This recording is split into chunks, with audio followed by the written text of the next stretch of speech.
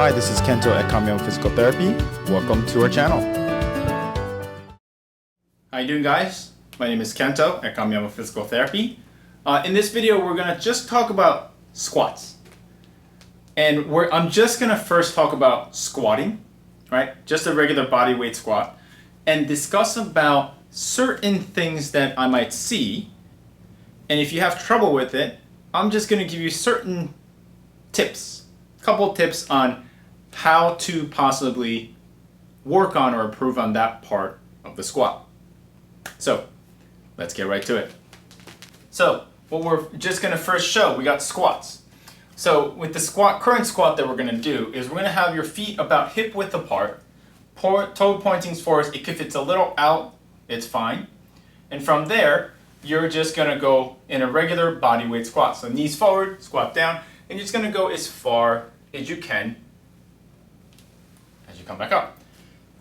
Same thing, body weight squat here, right? Knee forward, hips go back, and you're gonna keep sinking in to the hip joint and come back up. Let's talk about a couple things that I tend to see here, right? And just kind of, if you do feel these things, hopefully that's a little bit easier for you to relate. Those that have knee pain when they're doing it, those that feel imbalanced, they don't feel balanced during a squat.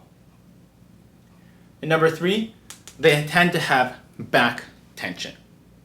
So we're going to give about 3 to 4 things that we can do in order to feel a little different when it comes to these things. So let's first think about the knee being an issue. So what's difficult here, or feeling imbalanced as well.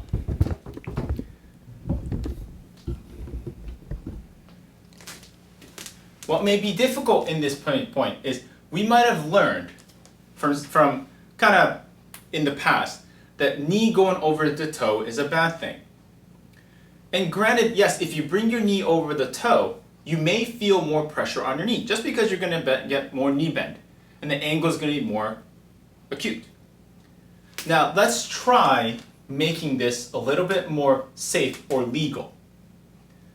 So this is a common thing for now, but it's not always the case, but it's a very common thing, is when the individual starts to bring their knee forward, what happens is their weight starts to go towards their toe. Not that that's a bad thing, but in the beginning, we might want to learn how to control that in order to allow your knee to go forward.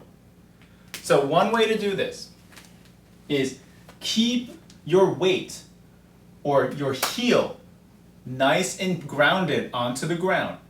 So you want to keep your weight towards the heel as you bring your knee forward, if this makes sense. So as I bring my knee forward, and if I start to feel my heel coming up or I feel more weight onto my toes, there's a good chance that I feel my knee pressure increase. But what I'm going to do is I'm going to keep my weight over my heel, so my center of mass over my heel as I bring the knee forward, and I just keep squatting. And I keep my foot nice and narrow, so it forces me to feel these things, and I go through this motion. So I feel my hips, I feel my core, I feel my glutes working, etc. So if you have difficulty with bringing the knee forward, try to think about keeping your weight on the heel as the knee goes forward. I hope that makes sense. Now, let's talk about if the individual arches their back or feels their back when they're doing it. That is when they're going down, they arch their back more in order to go down into the deep part of the squat. So for example, as they go into a squat, just so they don't tuck the pelvis so much, they arch the back so they kind of stick that butt out more to go into the squat. So granted, I might not look like I have a bad, crazy arch, but when you do that, my brain senses more of my back as I go into a squat. So that doesn't allow me to load my hip muscles as much as you think.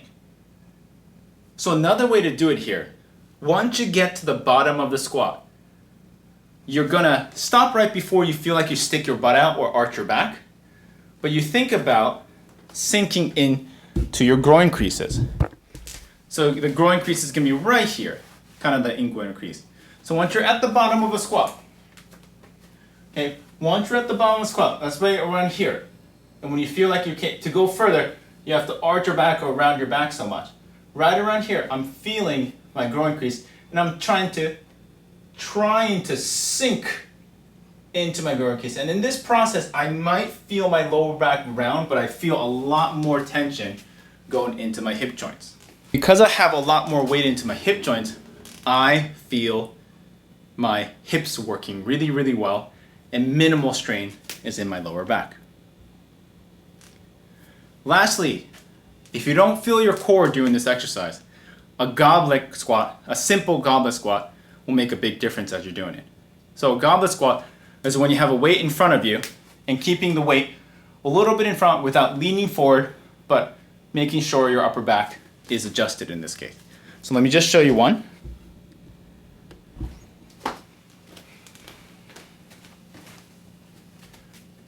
Right here, have a kettlebell, bring it forward a little bit so you can feel your abs kind of turning on reflexively, and you do the same exact thing.